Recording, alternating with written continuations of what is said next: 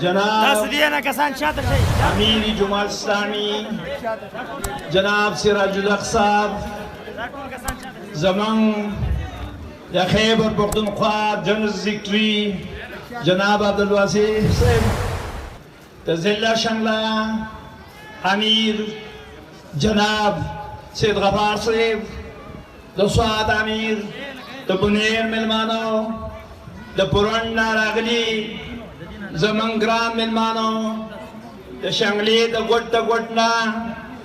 بیشان تحصیل کانا تحصیل او مارتوم تحصیل زد ټولو ته سلام کو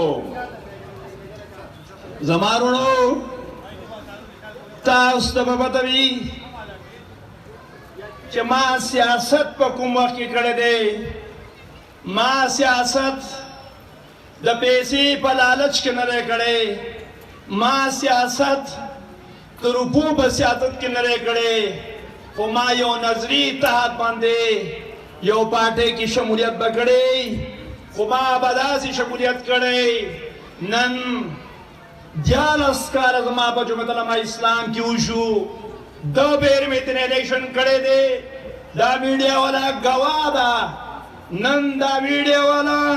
نن دا جمعیت العلماء اسلام کارکنان گواہ دی چھ نن شیر عالم یو ورکر سڑے رے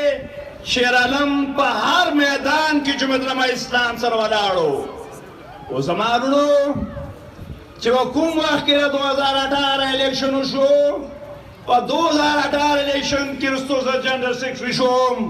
د مرکزی عمومی ممبر شوم او د شورا ممبر شوم مختلف عہدے ماته ملاو شي زمون قائد بلا اعلان کو چې دا حکومت دا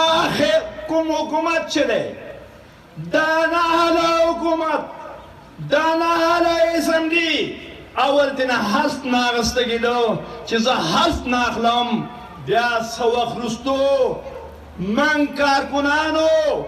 من روزی ته نه دي کتلي من شپې ته نه دي کتلي صداره میلیون مارچ من کړي دي په هر میلیون مارچ کې من شامل وو ازادي میلیون مارچ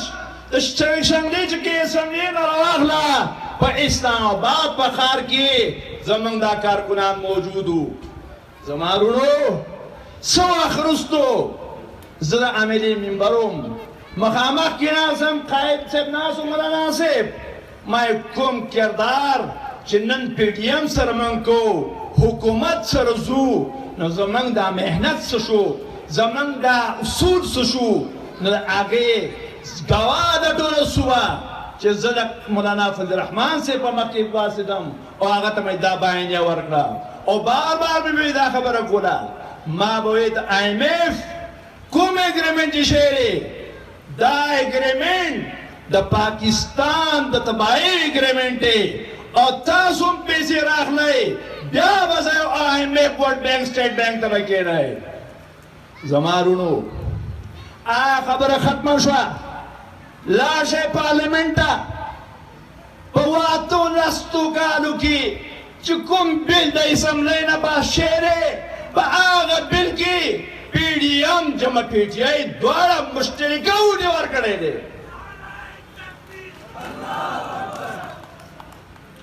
آگا اوٹ تاس دا بددا افسوس مقام دے دا جڑا مقام دے خپل سنیٹرانو تو گو رئی خپل دا قومی اسمبلی ممبرانو تو گو رئی خپل دا صوبائی ټول ممبران ته وګورئ افسوس خبره دا ده چې د عام د غره سړي نه 15 ټریډ پیپرونه ورکي چې دا د کیسان دی دا چې دی دا د جرنل دی هغه نه خطا کېږي او زما د سنیټرانو نه زما د امپیګانو نه او زما د قومي اسمبلۍ ممبرانو ووټ خطا کېږي ملګرو حالات داسې ته راغلو چې کوم د قومي اسمبلۍ ممبرو دا هغه نه جنرل کونسل ممبر جوړ شو زمونږ چې کوم وزیر اعظمي هغه نه پخوانی چیرمن جوړ شو